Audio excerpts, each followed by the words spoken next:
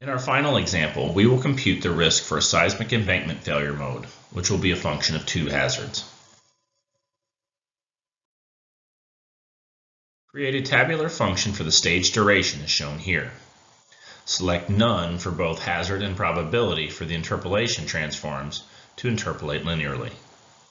The stage duration is the primary hazard for a seismic failure mode. Next, we need to calculate seismic weights so we can build out the event tree. The AEPs are the PGAs that define the system response, and the midpoints between those points have already been given to us and were obtained by interpolating from the seismic hazard, which is the secondary hazard in this analysis. To get the first probability, subtract the AEP for a PGA of 0.125 G from the AEP for a PGA of 0.05 G. The SRP at a PGA of 0.05 G is 0, so there is no need to consider anything less than a PGA of 0.05 G. Next, subtract the AEP for a PGA of 0.325 G from the AEP for a PGA of 0.125 G.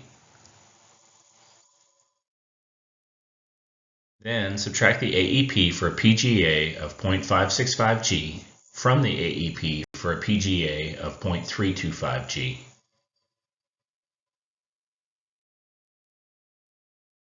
And finish by setting the last probability equal to the AEP of a PGA of 0.565 G.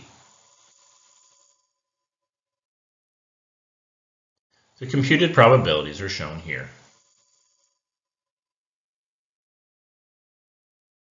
Back in RMC total risk, we need to add our event tree to compute the system response. Choose the seismic category, then select embankment deformation.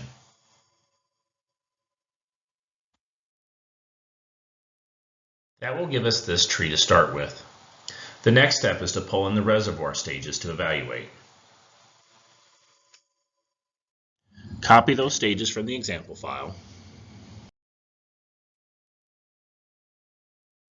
Click on the fan icon next to the reservoir stage and paste those values in under the hazard level. Now is also a good time to set the interpolation transform.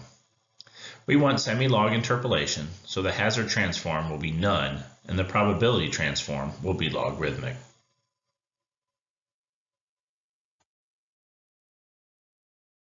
Next, branches need to be added for each of the 4 PGAs evaluated. Click the green plus sign to add 3 new branches, such that there is one for each of the 4 PGAs evaluated and one for the remainder, which captures the probability of a PGA less than 0.05 G.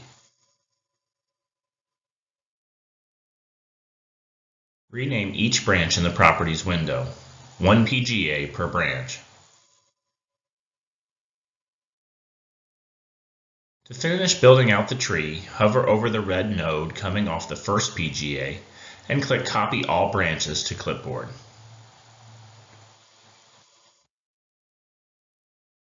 Hover over the red nodes for the PGAs below and click Paste to build out the rest of the event tree structure. Again, we are copying the set of branches coming off the 0.05 G branch and pasting it in for all following PGA branches.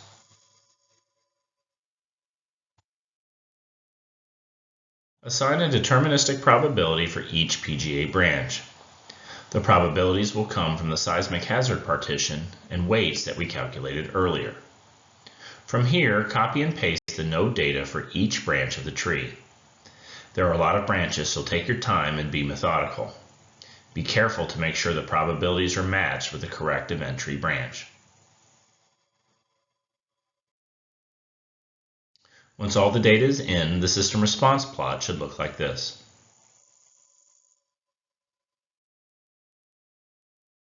The next step is to pull in the life loss data using tabular and composite functions like we did in the first example.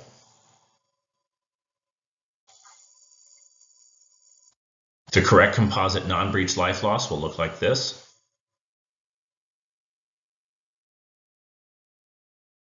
And the correct composite breach life loss will look like this. From here, build out this simple risk diagram. The hazard will be the stage duration, which will connect to the non-breach consequences, and then the deformation system response and that failure mode's associated consequences.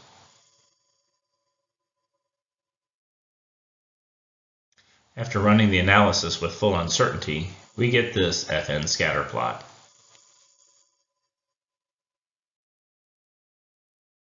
And this loss exceedance or big FN plot.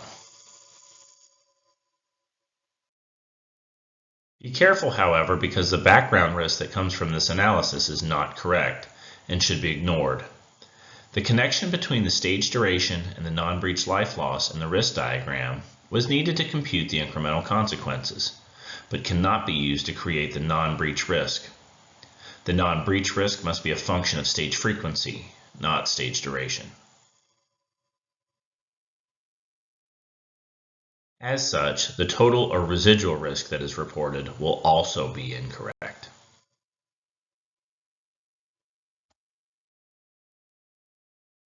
To get the correct non-breach risk, create a new tabular hazard for the stage frequency.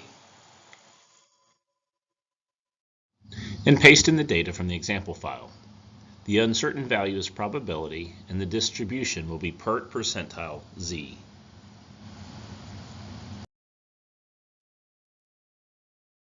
Then add a new risk analysis for the non-breach that simply ties the stage frequency hazard we just created to the non-breach consequences. Running this analysis will give us the correct plot for the non-breach or background risk. The residual risk unfortunately cannot be plotted using this version of total risk when seismic failure modes are involved. For this example, it can be done with some post-processing, but it is a lot of work. The failure FN pairs from the seismic failure mode need to be combined with the non-breach risk pairs to create the residual loss exceedance curve.